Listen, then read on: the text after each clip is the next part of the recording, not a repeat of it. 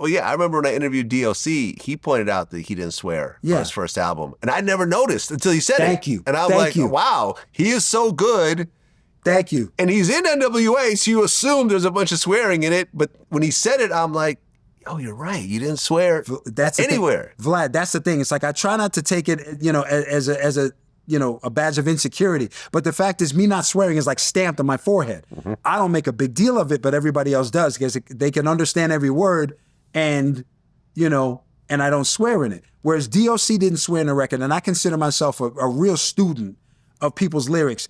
And I was shocked to hear it, but then I thought back and I'm like, you're right. And I'm like, that's what I want, is I want to be able to not swear in the record and people not know that I'm not swearing. I mean, any crazy Eazy-E or NWA stories during this time? There was a couple. For the All in the Same Gang video, or not the All in the Same Gang video, the All in the Same Gang Arsenio Hall performance. Me and Eazy were good. We were always cool.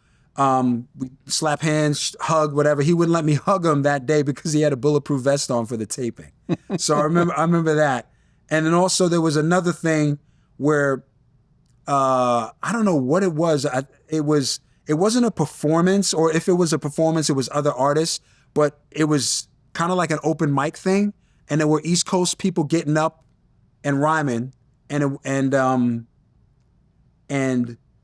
I hadn't gone yet, and I think maybe one or two West Coast artists had gone, but Eazy looked at me and he said, "Young, go get him." And I literally went up and I just shredded the mic. I just, like, everything that I could do, because it felt tribal, it felt territorial. And even though me coming from the East Coast, I felt like my ability to spit and my ability to show that I'm claiming West Coast while doing it was important to me. You know what I mean? So that's the thing. What I say about Eazy-E is that he helped make my acceptance into West Coast hip hop a lot smoother, because he embraced me. He thanked me on the records and the like. We shared stages together, and it was always respect when it came to that. So I know a lot of doors were open for me in terms of a lot of people that I know, and a lot of cred that I have with a lot of people because of stuff that I did with Eazy-E. Well, you're signed to Delicious Vinyl. You put out a few singles that do well regionally, but aren't making money yet. Right. And you actually graduated from USC. Yes. I gave that, I made that promise to my parents. And my thing was, unless, I think we had, in the 2 years, because I was signed for approximately 1.5 years to 2 years while I was still in college. So I think the beginning of '89, I want to say it was the beginning of '89, we took a trip to Europe to promote Delicious Vinyl. So I took a week off from school. I think it was January of '89. Went to UK, or London, France, Germany, Spain. Touching down in each place, and Bust a Move wasn't out yet, so I'm doing Know How, My Name is Young, Let 'Em Know. Other than that, I was going to class every day, and I would Orlando would drive me to gigs on the weekends. And that was it. I think I may have flown out to Dallas one time and whatever, but other than that, I was in town, and I made the promise to my parents that I'd get my degree. And I did that, and they gave me the summer to get music out of my system. Right. You majored in economics. Yes.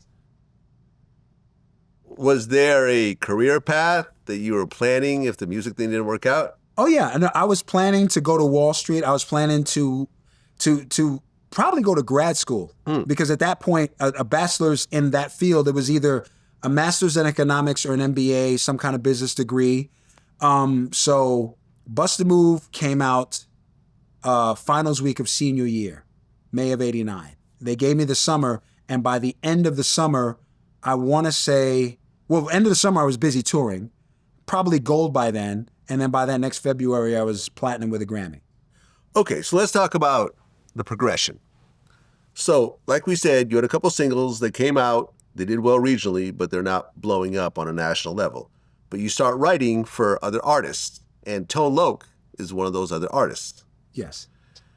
Tone Loc really is the only other artist. The only other artist, okay. Because I was somewhat of a purist. I'll give it. I'll open a curtain for this one.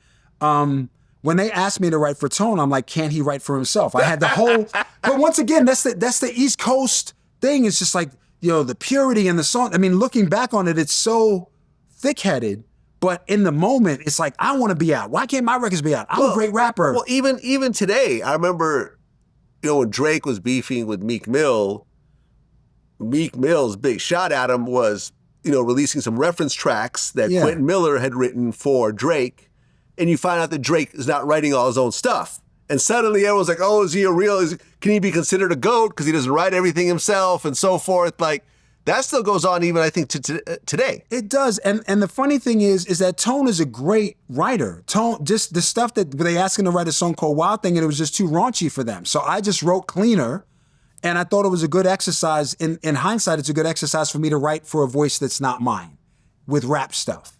Because now I'm getting to the point where it's getting harder and harder, or at least I'm putting more pressure on myself to write lyrics.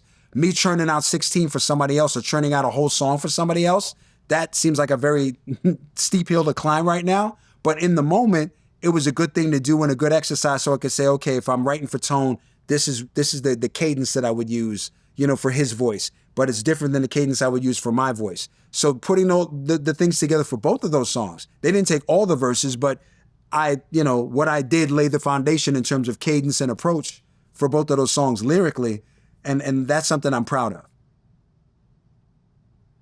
Well, Wild Thing was based on the movie She's Gotta Have It by Spike Lee, because there's a cut where you see all this montage of people talking. I think Fab Five Freddy said, hey, baby, come to my house, we can do the Wild Thing. And then in the music video for Wild Thing is the same girl that was in She's Gotta Have It. Yes. You do know this. I know that. I didn't know that the movie reference was the thing. But Tracy Johnson's from Hollis, so I knew Tracy from back then. I wouldn't doubt it, dude. I wouldn't doubt it. But we just looked at it as a song about women, song about, you know, having fun with women, and that was kind of the approach. So, but that's not. I wouldn't, like I said, I wouldn't doubt that existed, but that wasn't if you would ask me the genesis of Wild Thing, that wasn't what had come to mind. For me, they gave me the title, they said what they wanted it to be about, and then go. And then like I said, I knew Tracy from Hollis, so to see her pop up in LA and doing the videos, you know, it was a cool thing. And she was in the Bust a Move video too. Yeah. Yeah, well, like I'm saying, I remember Fab Five Freddy said it. I think he even mentioned it at one point. Okay. That was his line. And then to have the girl and She's Gotta Have it. I mean, someone made the connection at some point. Okay, so Wild Thing sampled Van Halen's Jamie's Crying. Yeah. Without actually clearing the sample. So they say. And I guess Van Halen's management asked for a flat $5K as payment, but something went wrong and it wasn't properly cleared, and I guess it was settled out of court where Van Halen got $180,000. You know about this at all? I mean, I've heard some of it, but you know, I can't vouch for it. I was nowhere near any of it. So yeah, I mean, in terms of that legal part of it, I just wrote my lyrics and stepped back and watched. Well, and Wild Thing, I believe, was Weird Al Yankovic's first rap parody song. You think there wasn't anything but, I mean, it could be Isle Thing when he did the Gilligan's Island. Thing, yeah, Gilligan's Island.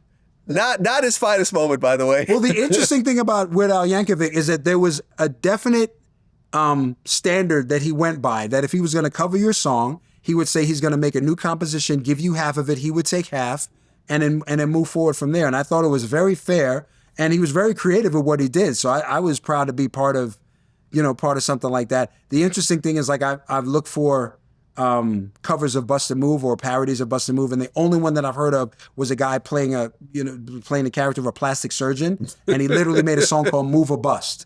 Move or Bust. I mean, when I first heard Wild Thing, it was like an obvious hit. It wasn't one of these songs that had to grow on you and you had to hear 100 times. No. When I heard it, I'm like, okay, this is a hit. All right, here's the interesting thing about Wild Thing. It was not broken on a pop station, on a hip hop station. K-Rock in town, right, was the first station to really put Wild Thing on the rotation. Which makes total sense because it's sampling Van Halen. True, but to think about it, a rapper, and also Tone with his unique voice, you're playing The Cure, you're playing the Smiths, and then you play Wild Thing. Like, that's counterintuitive to me. You wouldn't, I don't know what other rap record they were playing, because that's still, I mean, at the end of the day, Wild Thing is still a rap record, maybe unique or whatever, but it's still a rap record. So that's something that really sat with me, is that you had the alternative fans getting into it and knowing about that record before pop fans did, and before a lot of R&B fans did, you know, or a lot of you know, mainstream rap fans did. I mean, do you know that was a hit when you guys laid it down, or not really? Nobody know, dude. I'll be honest with you. Before you get put on, before you have your first major record, and even afterwards, because it's such a crapshoot, nobody knows that anything is a hit. Tone and I have the discussion, and we talked about it. You know, recently we talked about it many times. Wild Thing was complete. We thought it could do something. We hoped that it would sell, you know, 50,000, 100,000 records, so that he could get a car and I could pay off my student loans. That was the discussion before it came out. The record sold 4 million copies. Yeah. 4 million singles, to the point where they need to make albums. And I'm like, oh, maybe we should stop pressing singles and start pressing albums. The only song that could even mess with it in terms of selling that number of singles in that day was We Are the World. Well, yeah, that song peaked at number 2 on the Billboard Hot 100. Yeah. Which is the main chart. It's not the rap chart. It's not the R&B chart. It's the main chart. And out of all the songs, you guys were number 2. That record peaked at number 2 because it was pre-SoundScan. If that was post 1991 and SoundScan was there, that would have been number 1 for a month, couple of months, easy. Yeah, easy. So it is what it is. You know, Bust a Move only topped at number 7. You know, only got to number 7 on the pop charts, but it lasted on the charts for 40 weeks. Okay, so you now have this big hit song that you wrote. You wrote the lyrics. Yes, sir. You didn't produce it, right? No. Yeah. Didn't produce it. You wrote the lyrics. Now, did you get publishing on that song? No. No. Did you get paid to write on that song? Did you get a piece of the song? I mean, I had a portion of my writer's share. Okay. So, you know, the lyrics that I wrote, and you know, the lyrics that I wrote, the appropriate portion of the writer's share went to me. Mm-hmm. But the publishing, no. And I'm trying to think, for a contract to be binding in the state of California, you had to get $6,000. So I want to say that I may have received that at some point to make sure that the publishing addendums were binding. So even though, you know, money's in the pipeline, whatever, to show that it's not just a straight, you know, sign off and just take, that, you know, that I got a check up front. So that would be what they could, you know, balance the royalties against.